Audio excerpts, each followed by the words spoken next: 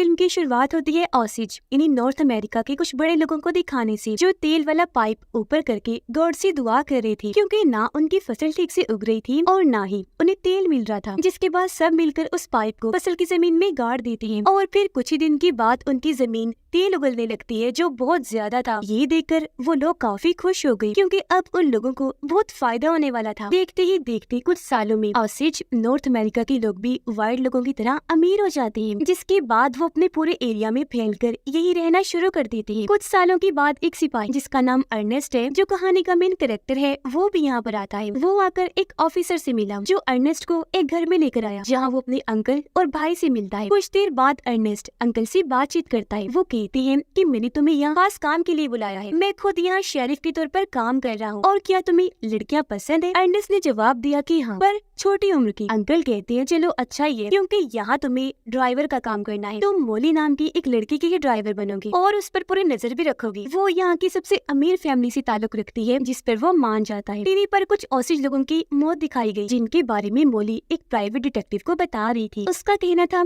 कि पता करवाएं कि इनकी मौत कैसी हुई, जिस पर डिटेक्टिव मान गया, क्योंकि इस चीज के बदले काफी बड़ा इनाम रखा गया था। जिसके बाद मोली वहाँ से बाहर आई और अब वो उससे मिलती है। ऐसे ही पे हर रोज अर्नेस्ट उसके लिए ड्राइवर का काम करता है, जिस बीच ही काफी बातें भी करती है। एक फेस्टिवल त्योहार के प्रोग्राम में मोली और बाकी सब लोग शामिल हुए। वापिस आने पर वो अर्नेस्ट को एक हैट गिफ्ट देती है। वो फिर उसे अपने साथ घर लेकर आई, जहाँ अर्नेस्ट उसकी मॉम से मिला, जो बीमार थी। रात को जब ये दोनों खाना खा रही थी, तो मोली उससे पूछती है कि तुम कब आई और यहाँ किसके लिए आई, जिस पर अर्नेस्ट उसे बताता है कि मैं मेरे अंकल के पास आया था, उन्होंने ही तुम्हारी जॉब दी मुझे कि मैं तुम्हारे लिए ड्राइवर बनूं। मोली उसके अंकल की तारीफ करती है कि हाँ, वो काफी अच्छे इंसान है। यह शराब पीकर दोनों काफी बातें करते हैं और अर्नेस्ट उसकी तारीफ करता है कि तुम बहुत खूबसूरत हो। अगले दिन फिर से एक फेस्टिवल प्रोग्राम था, जहाँ पर मोली की बहन और उसकी बहन का हस्बैंड भी आया हुआ था, जिसका नाम बिल था। बिल की तो बहनें भी थी। एक बहन अर्नेस्ट और मोली की जोड़ी की तारीफ करती है, जिससे यहाँ हमें पता चला कि वो दोनों एक दूसरे को पसंद करते हैं। फिर जब दोनों अकेले थे, तो अर्नेस्ट उससे शादी के लिए पूछता है कि क्या तुम मुझसे शादी करोगी, जिस पर वो हाँ बोलती है। और फिर अगले ही दिन ये दोनों अपने अपने रिवाज के हिसाब से शादी कर लेती हैं। दोनों काफी खुश थे और इन्हें देखकर अंकल भी। यहाँ मोली की बहन जो बीमार थी, अंकल के पास आई, काफी दुखी नजर आ रही। अंकल उसे संभालती हैं कि तुम परेशान ना हो, तुम्हें कुछ नहीं होगा। पर उस बेचारी की तबीयत इतनी खराब थी कि 1 साल के बाद ही उसकी मौत हो जाती है, जिससे उसकी मोम और बहनें काफी दुखी हो जाती है। थोड़ी देर बाद अर्नेस्ट अंकल से आकर मिला। अंकल उसे बताते हैं कि असूल के मुताबिक मोली की बहन की मौत के बाद उसकी सारी जायदाद अब उसके हस्बैंड बिल को मिलेगी, पर अगर हम उसे मार दें और वो ना रहा, तो फिर वो जायदाद मोली को मिल जाएगी, और जाहिर है उसे मिलने पर उसके मरने के बाद तुम्हें। इसीलिए अब इन सबको मारना होगा, यानी कि मोली, उसकी बहनें, बिल और उसकी बहनों को भी, ताकि सारी जायदाद की वारिस तुम बन सको। ये सुनकर अर्नेस्ट को हैरत तो हुई, पर वो फिलहाल इसके लिए मना कर देता है, ये कहकर कि अभी मेरा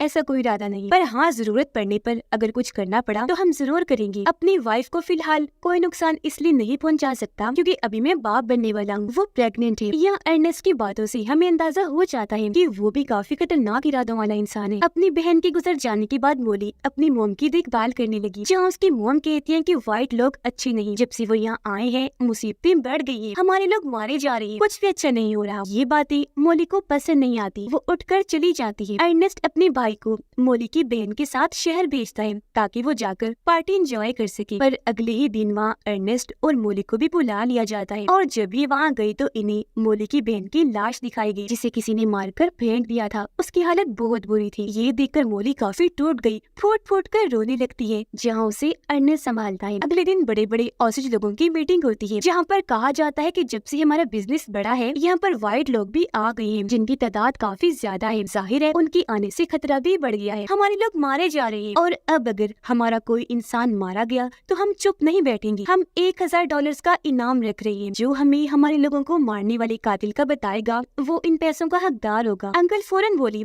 कि मैं $2000 दूंगा कातिल को पकड़वाने वालों को, जिस पर सभी अंकल के लिए काफी खुश हो जाते हैं। अब अर्नेस्ट, मोली, बिल और उसकी बहन से मिली। सभी मोली की बहन की मौत पर काफी दुखी नजर आ रही थी। अब एक और आदमी की मौत हो गई, जिसके बारे में प्राइवेट डिटेक्टिव अर्नेस्ट और मोली को बताता है। साथ ही वो यहाँ मोली को ये जानकारी भी देता है कि अंकल ने पहले तुम्हारी एक बहन के साथ शादी की, फिर दूसरी के साथ भी। ये भी हो सकता है कि तुम्हारी बहन यानी बिल की वाइफ को उसी ने मारा हो। मैं इस बारे में पता लगवा रहा हूँ, अभी कोई पक्का सबूत नहीं है मेरे पास। जो सुनकर मोली काफी दुखी हो गई। अब ये सारी बातें जाकर अर्नेस्ट अंकल को बताता है कि प्राइवेट डिटेक्टिव को तुम पर शक है, पर तुम फिक्र न करो, उसके पास कोई पुख्ता सबूत नहीं है और बाकी सारा मामला मैं संभाल लूंगा। जिसके बाद वो आकर मोली को संभालता है, उसे तसल्ली देने लगा कि अगर तुम्हारी बहन की मौत में अंकल का हाथ हुआ तो मुझसे जो हो सका मैं उसके साथ करूंगा, छोड़ूंगा नहीं उनको। पर मोली अभी भी दुखी थी। तब अर्नेस्ट उसे सहारा देता है। फिर ये दोनों वहाँ के डॉक्टर से आकर मिले जो मोली की डायबिटीज शुगर का इलाज कर रही थी। यहाँ पता चला कि अब उनका दूसरा बेटा भी हो गया है। अगले दिन अर्नेस्ट को अंकल मिलने के लिए बुलाते हैं। कहते हैं कि 4 साल गुजर गए हैं, पर तुमने हमारे मकसद के बारे में ना कुछ बताया ना कुछ किया। क्या करना है उस बारे में जो चीज मैंने तुम्हें बताई थी, यानी तुम्हारी वाइफ मोली समेत सबको मारने का क्या इरादा है? जिस पर अर्नेस्ट जवाब देता है कि मोली बहुत अच्छी है और मैं उसके साथ बहुत खुश हूँ, मैं उसे कुछ करना नहीं चाहता। ये सुनकर अंकल को गुस्सा आ गया। वो कहते हैं अच्छा तो ये बात है, जो कहकर वो अर्नेस्ट को काफी मारता है सजा देने के लिए। फिर कहते हैं कि ये सब करना हमारा मकसद है जो हमें कैसे भी करके पूरा करना है। मोली ने फिर से अपने काम के लिए एक इंस्पेक्टर को चुना है। पहले भी उसने एक डिटेक्टिव को भेजा था। अगर किसी को भी कुछ पता चल गया तो तुम और मैं दोनों ही फंस जाएंगे। तुम बेशक खुश हो उसके साथ, पर मैं तुम्हें पैसों के साथ अमीर होता देखना चाहता हूँ। उसके बाद तुम ज्यादा खुश रहोगी और अब तुम्हें अपने मकसद को याद करके उस पे काम करना शुरू करना है। जिस पर अर्नेस्ट हाँ में सर हिलाता है। अब कुछ दिन के बाद मोली की प्राइवेट डिटेक्टिव को आकर कोई मार देता है, जिसके बाद अंकल और अर्नेस्ट को उसका भाई एक बॉम्ब डीलर्स के पास लेकर आता है,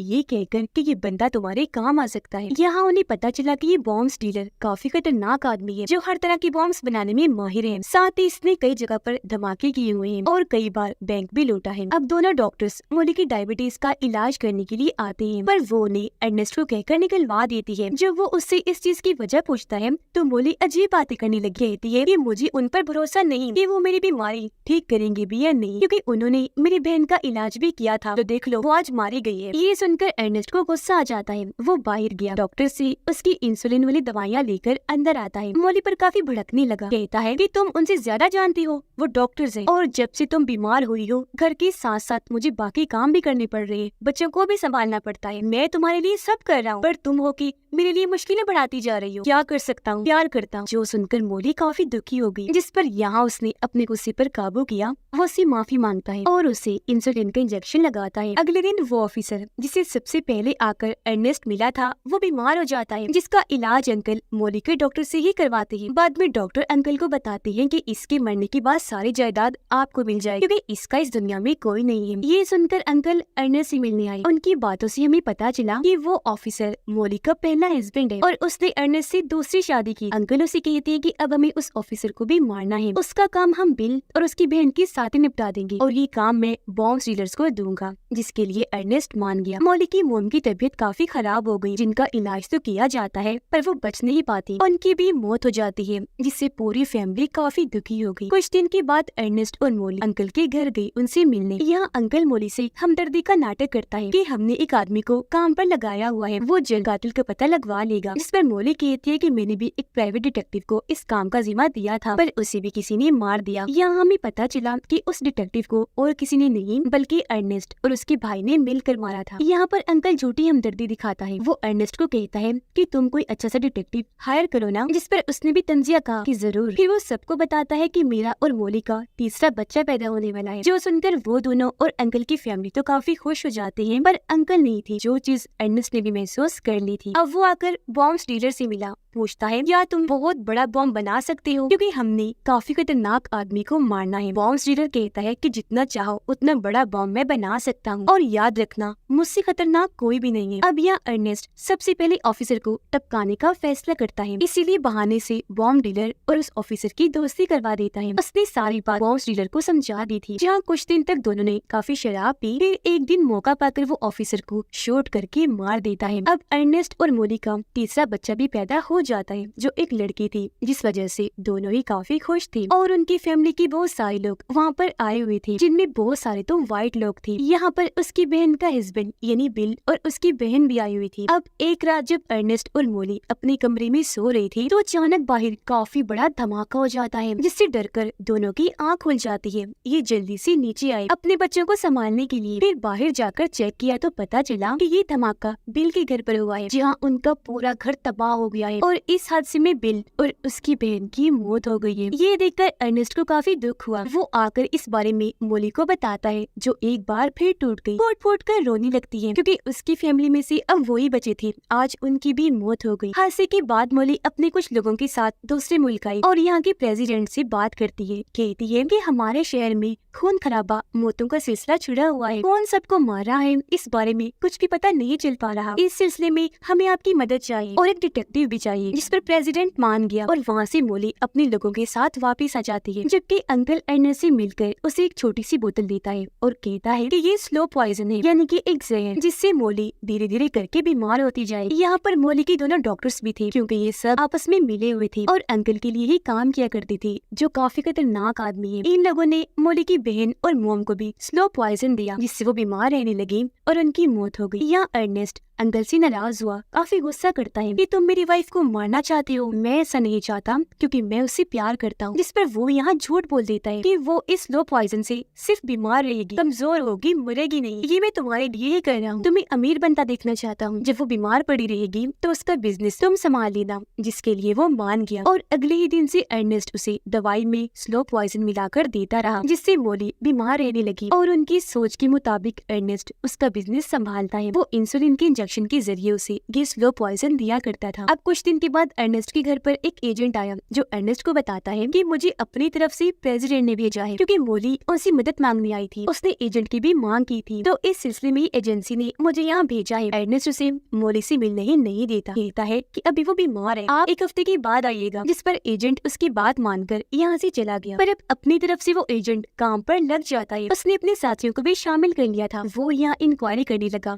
ताकि सच का पता लगवा सके। और ये बात आकर अर्नेस्ट अंकल को बताता है कि FBI और एजेंसी ने यहाँ पर काफी बड़े बड़े एजेंट्स भेजे हैं, वो छानबीन कर रही है, हम पकड़े न जाएं। अंकल उसे समझाता है कि उन्हें कभी भी कुछ पता नहीं चल पाएगा, तुम बस शांत रहो। अब एजेंट औसत लोगों से मीटिंग करता है, जहाँ पर उसका कहना था कि मुझे सब चीजों को लेकर अंकल पे शक है कि सारे खून वो ही करवा रहा है, पर लोग यहाँ उनकी सफाई में कहते हैं कि वो तो बहुत अच्छी है, इन कामों में दूर दूर तक उनका हाथ नहीं हो सकता क्योंकि उन्होंने तो खुद कातिल को पकड़वाने के लिए इनाम रखा है। एजेंट कहता है तो फिर अभी तक कोई पकड़ा क्यों नहीं गया। जिसके बाद FBI वाले दोनों डॉक्टर से भी पूछताछ करते हैं और एजेंट खुद गया अंकल के पास, जहाँ अंकल ये नाटक करता है कि मैं भी सारी सूरत हाल की वजह से काफी परेशान हूँ। अब अंकल अर्नेस्ट से मिलकर उसे बताता है कि ये FBI वाले हर किसी से पूछताछ कर रहे हैं, ये तुम्हें भी पकड़कर पूछताछ कर सकते हैं, तो तुम मेरा नाम कभी भी मत लेना वरना हम दोनों ही फंस जाएंगे, क्योंकि अगर मैं जेल में चला गया तो तुम्हें कभी भी नहीं बचा पाऊंगा, लेकिन अगर बाहर ही रहा तो कैसे भी करके तुम्हें छुड़वा लूंगा। अर्नेस्ट पूछता है कि मुझे ज्यादा से ज्यादा क्या सजा हो सकती है। तब अंकल उसे समझाती है कि उल्टा मत सोचो, अच्छी सोच रखो, मैं तुम्हें कभी भी सजा होने ही नहीं दूंगा। अब उनको बातें करते हुए दूर खड़ा होकर एजेंट देख रहा था, उसे शक हुआ, इसलिए वो जाकर एक आदमी से बात करता है और उससे अर्नेस्ट की जानकारी लेने लगता है, क्योंकि अब शक के दायरे में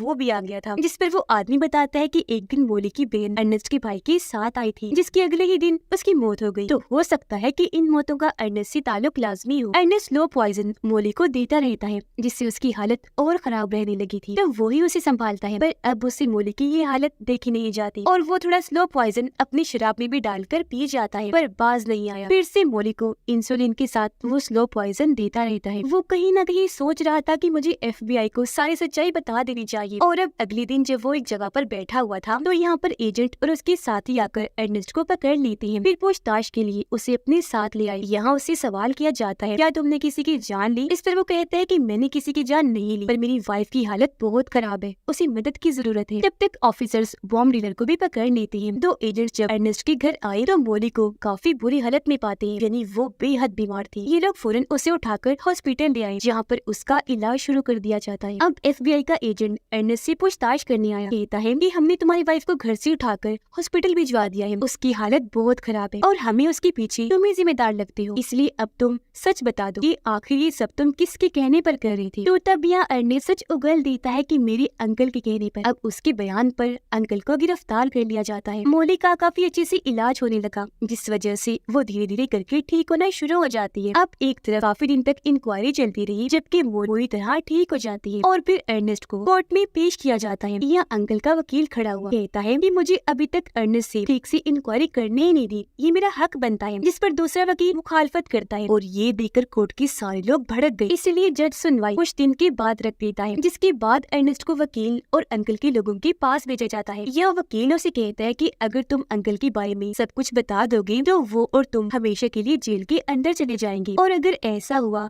तो हम तुम्हें कभी भी नहीं बचा पाएंगे। अर्नेस्ट कहता है कि मैंने अभी तक किसी को उनके बारे में कुछ भी नहीं बताया। वकील कहता है पर वो लोग तुम्हें काफी मारे पीटेंगे सच उगलवाने के लिए, पर तुम तब भी कुछ न बताना, हम भी कोशिश करेंगे तुम्हें हर तरीके से बचाने की, तुम्हें बस उनका नाम नहीं लेना, कुछ भी हो जाए। यह अंकल की फैमिली भी अर्नेस्ट से काफी कहती है कि उन्हें बचा लो प्लीज, जिस पर वो मान जाता है। जिसके बाद वो दिन आ गया जब कोर्ट में सुनवाई थी। यहाँ कत्लों के सिलसिले में हर किसी से पूछताछ की जाती है। यहाँ अर्नेस्ट के खिलाफ 2-3 गवाहियां आई तो उसे जेल में बंद कर दिया जाता है, पर 3 महीने के बाद एक बीमारी की वजह से अर्नेस्ट की बेटी की मौत हो गई। उसे जेल में जब आकर इस बारे में बताया गया तो वो काफी दुखी हो गया, और फिर मोली के साथ वो भी अपनी बेटी को दफनाने के लिए आता है। जहाँ हर कोई काफी दुखी था, यहाँ मोली गुस्से में अर्नेस्ट को देखती है और यहाँ से निकल जाती है। और अब यहाँ अर्नेस्ट जो काफी दुखी था पूरी तरह टूट गया। उसकी बेटी की मौत का गम उसे पूरी तरह बदल के रख देता है। वो आकर अपने अंकल से मिला, कहता है कि जो भी हुआ बहुत गलत हुआ, मैंने हमेशा गलत काम किए आपके कहने पर, जिनकी सजा आज मुझे मिल रही है, और अब मैं सब कुछ सच सच बता दूंगा। जिस पर अंकल कहता है तो फिर हम दोनों फंस जाएंगे और मैं तुम्हें कभी भी नहीं बचा पाऊंगा। जिस पर अब वो यहाँ कहते हैं कि अब मुझे बचना भी नहीं है। जो कहकर दुखी होते हुए वो यहाँ से निकल गया। जिसके बाद अगले दिन जब अर्नेस्ट को कोर्ट में पेश किया जाता है तो यहाँ उससे सवाल किया गया कि क्या तुमने ये सब कुछ अंकल के कहने पर किया, यानी कि मोली की बहन, ऑफिसर और बाकी सबको मरवा दिया। जिस पर अब यहाँ वो हाँ बोलता है। वो बाकी साथियों का भी नाम बता देता है और ये चीज वहाँ बैठी मोली भी देख लेती है। अर्नेस्ट कहता है कि मैं पैसों की लालच में अंधा हो गया था, जिस वजह से मैंने ये सारे गलत काम किए जिनका आज मुझे बहुत पछतावा है। उससे पूछा जाता है क्या तुमने मोली से पैसों के लिए प्यार किया था। वो कहता है कि नहीं, मैं उससे सच्चा प्यार करता हूँ, जो बात सरासर झूठ थी, क्योंकि उसे तो छोटी उम्र की लड़कियां पसंद थी, जो उसने कहा भी था, यानी कि उसने सिर्फ पैसों के लिए ही मोली से प्यार किया था। ये सारा नाटक किया। कुछ दिन के बाद एजेंट अर्नेस्ट और मोली को मिलवाता है, जहाँ वो उससे कहते हैं कि प्लीज मुझे माफ कर दो। मोली जो पहले उससे काफी नाराज थी पूछती है क्यों, किस वजह से। इस पर अर्नेस्ट कहता है क्योंकि मैं बहुत बुरा था पर अब सुधर गया। यहाँ मोली उससे पूछती है क्या तुम इंसुलिन में मुझे जहर मिला कर दिया करते थे, जिस पर वो झूठ बोल देता है। और ये सुनकर मोली उठी वहाँ से चली गई, क्योंकि वो जानती थी कि अभी भी झूठ बोल रहा है और कभी नहीं सुधर सकता। अब कहानी में हम काफी सालों के बाद का वक्त देखते हैं, जहाँ एक रेडियो शो चल रहा था। यहाँ पर चीफ इस पूरे केस का खुलासा करके सबके सामने लाती है कि आगे क्या हुआ। अर्नेस्ट और अंकल को पहले उम्र कैद की सजा हुई, पर कुछ अरसे के बाद उन्हें छोड़ दिया गया पैरोल पीरियड के लिए, जिसमें उन्हें सुधरने का मौका दिया जाएगा। पर लोगों ने अंकल के खिलाफ काफी प्रोटेस्ट एहतजाज किए, मगर क्योंकि उनकी उम्र काफी ज्यादा हो गई थी तो 87 साल की उम्र में उनकी मौत हो गई। दोनों डॉक्टर्स को भी छोड़ दिया गया क्योंकि उनके खिलाफ कोई सबूत नहीं मिला था। और अर्नेस्ट के भाई को भी थोड़ी सजा के बाद आजाद कर दिया गया। अर्नेस्ट की सजा पूरी होने पर मोली ने उसे डिवोर्स दे दी, जिसके बाद उसने तीसरी शादी कर ली। लेकिन 50 साल की उम्र में डायबिटीज की वजह से उसकी भी मौत हो गई, जहाँ मोली को भी उसकी फैमिली के साथ ही दफन किया गया था, क्योंकि उसने अपनी फैमिली को बुरी तरह अपनी आंखों के सामने मरते हुए देखा था। इसके बाद हम फिर से एक फेस्टिवल प्रोग्राम को देखते हैं, जहाँ पर व्हाइट ऑसी हर कोई इस मौके पर खुशी से डांस कर रही थी, क्योंकि अब सारे ही एक हो गई थी, यानी उनके बीच का फर्क हमेशा के लिए आज खत्म हो गया था। और इसी के साथ इस फिल्म की कहानी यहीं पर खत्म हो जाती है।